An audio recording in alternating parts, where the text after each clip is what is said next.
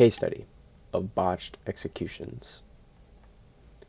Summary of the case study talks about the performance of execution, which tend to try and be as painless as possible for the prisoner, where they end up being botched.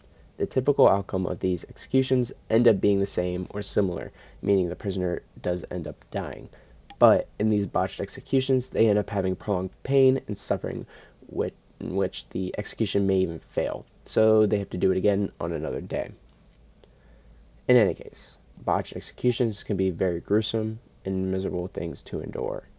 Some examples of these botched executions happened to Pedro Medina and Angel Diaz.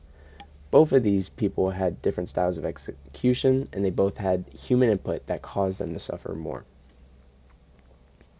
In the case of Pedro Medina, who was executed by electric chair, witnesses' report of the instance is that a crown of foot-high flames shot from the headpiece during the execution, filling the execution chamber with a stench of thick smoke and gagging 24 official witnesses.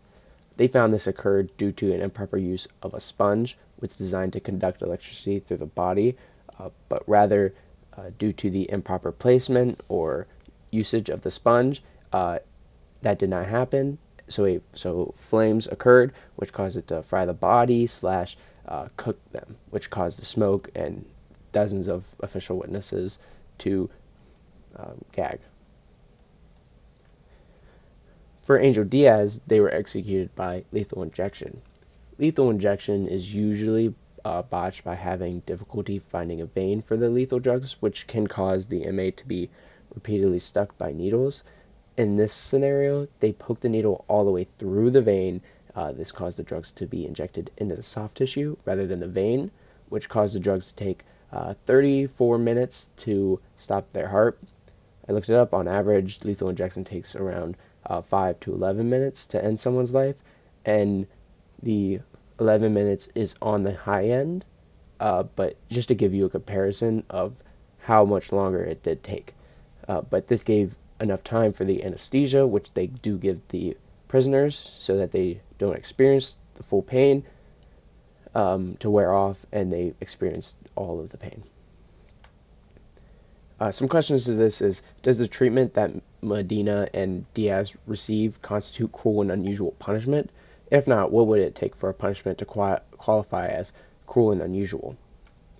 I believe in a vacuum their punishment does constitute as cruel and unusual punishment, since they were caused more pain than planned.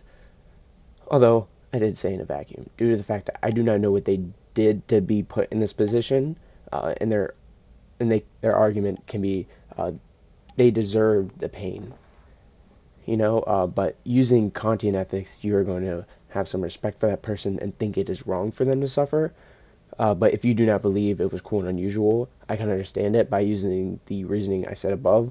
But personally, I would prefer them not to suffer in this situation, but I can understand if you're looking at it from a broader stance. And another question is, for each individual execution, the chances of botching it are small.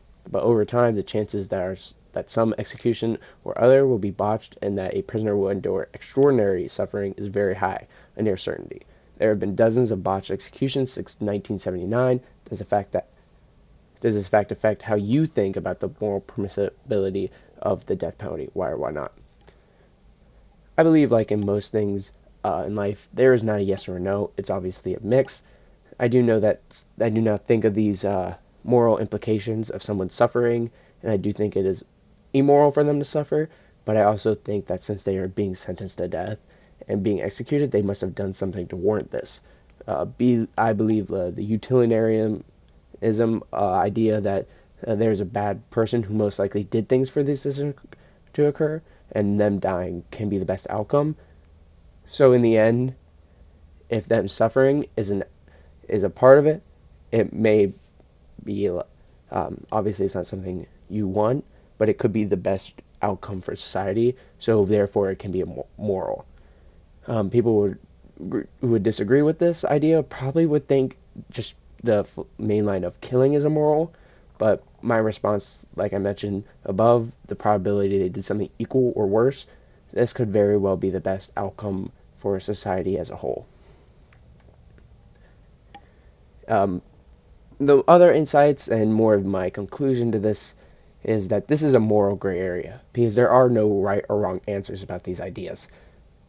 Looking at what is occurring to them in isolated scenario, you could probably make a better decision on what the morality of these situations are, as they are suffering, and typically you could say in that specific situation it's immoral.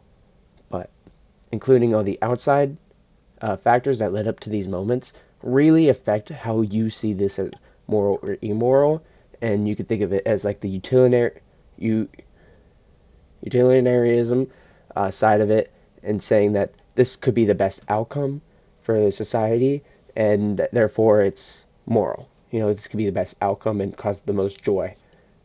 But you could also think of like the natural law side of they're still like people, they're suffering and they're dying, which both of those are fair points.